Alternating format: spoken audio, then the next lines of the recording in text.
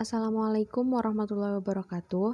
Yang terhormat Bapak Surya dan Ibu Devi selaku dosen pengampu mata kuliah akuntansi biaya, serta teman-teman yang berbahagia.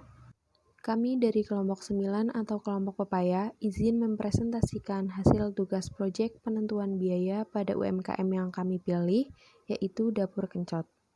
Sebelumnya, izinkanlah kami untuk memperkenalkan diri terlebih dahulu. Yang pertama, Heni Ramawati NPM 20101031139. 2. Gilang Lukman Okta Hidayat NPM 20101031146. 3. Destiana Kardelia NPM 20101030010. 4. Vega Septiawan Sani NPM 20101030070. Demikian pembukaan dari kelompok kami. Selanjutnya adalah pemaparan materi oleh kelompok kami. UMKM yang kami pilih sebagai sumber informasi adalah Dapur Kencot. Dapur Kencot merupakan salah satu UMKM yang menjual berbagai makanan berat dan makanan ringan yang berada di Kota Kebumen, tepatnya di Jalan Wali Kunang, nomor 17A Wonoyoso, Kebumen. Dapur Kencot sudah beroperasi dari bulan Juli 2020 hingga sekarang. Pemiliknya bernama Nada Nabila yang merupakan mahasiswa jurusan Pendidikan Akuntansi semester 5 di salah satu perguruan tinggi di Yogyakarta. Nada memilih nama Dapur Kencot karena kencot merupakan bahasa ciri khas yang dimiliki orang Kebumen. Di kota Kebumen sendiri, kencot berarti lapar. Karena Nada menjual makanan, jadi filosofi dari Dapur Kencot adalah jika seseorang merasa lapar atau kencot, maka mereka bisa mengingat Dapur Kencot sebagai pilihan untuk mengobati rasa laparnya. Awal berdirinya Dapur Kencot ini yaitu ketika Nada berinisiatif untuk mengolah sayuran yang dijual oleh kedua orang tuanya yang merupakan penjual sayur di pasar. Ia menginovasikan sayuran tersebut menjadi olahan-olahan modern dan kekinian. Setelah melakukan banyak percobaan, akhirnya Nada memberanikan diri untuk menjual hasil olahan makanan tersebut kepada teman-temannya melalui media sosial. Tak disangka hasil jualannya mendapat respon positif dari para konsumen sehingga ia terus membuka sistem pre-order dan menggunakan sistem delivery order untuk memberikan produknya kepada konsumen. Sekitar bulan November 2020, Nada mengikuti program PMW yang dilakukan di kampusnya dengan mengajukan produk yang ia jual. Dari situlah ia bisa mendapatkan rezeki tambahan untuk membuka warung makan di tengah kota Kebumen. Dia mulai mengonsultasikan usahanya tersebut kepada para dosen pembimbingnya dan memutuskan untuk membuka warung makan dengan menyewa tempat, merekrut karyawan hingga memperbanyak produk usahanya.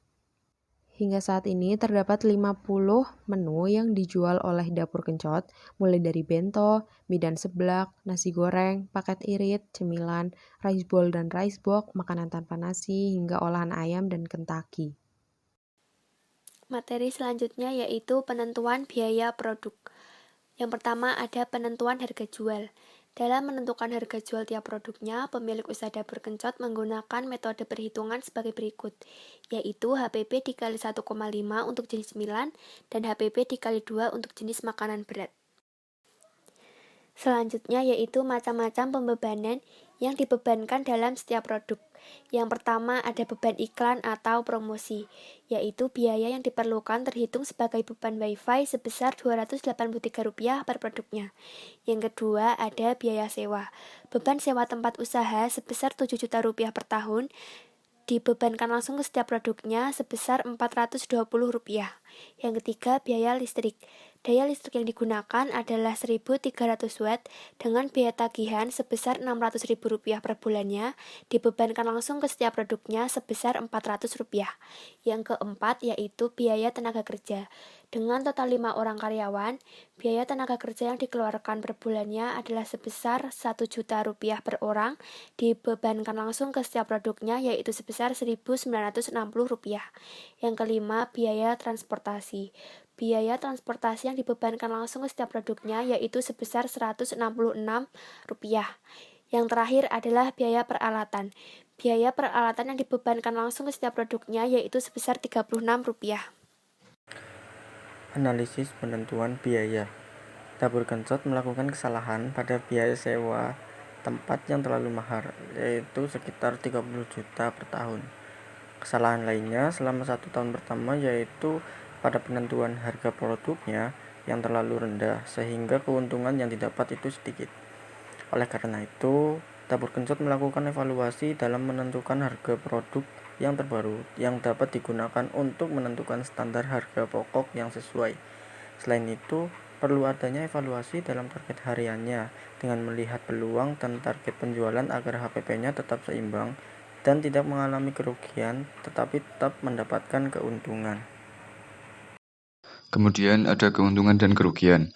Dapur Kencot mengaku mendapat omset per hari sebesar Rp800.000 yang kemudian terbagi untuk menutup keperluan biaya-biaya yang harus dipenuhi, antara lain untuk berbelanja kurang lebih Rp200.000 setiap harinya, kemudian hitungan laba bersih yang didapat sekitar Rp500.000 yang masih dikurangi beban tenaga kerja dan dikurangi beban-beban operasional lainnya. Kemudian, harga produk yang terlalu rendah dan biaya sewa tempat yang terlalu tinggi menjadikan sebab utama kerugian yang dialami Dapur Kencot. Sebab-sebab kerugian lainnya, yaitu karena terdampak pandemi COVID-19 yang melonjak, ketatnya persaingan pada tempat yang strategis, egoisme pribadi, kurangnya survei akan perbandingan tempat dan harga sewa, serta target pasar dan pengunjung yang tidak sesuai harapan. Sekian yang dapat kelompok kami sampaikan. Apabila ada salah kata, kami mohon maaf. Wassalamualaikum warahmatullahi wabarakatuh.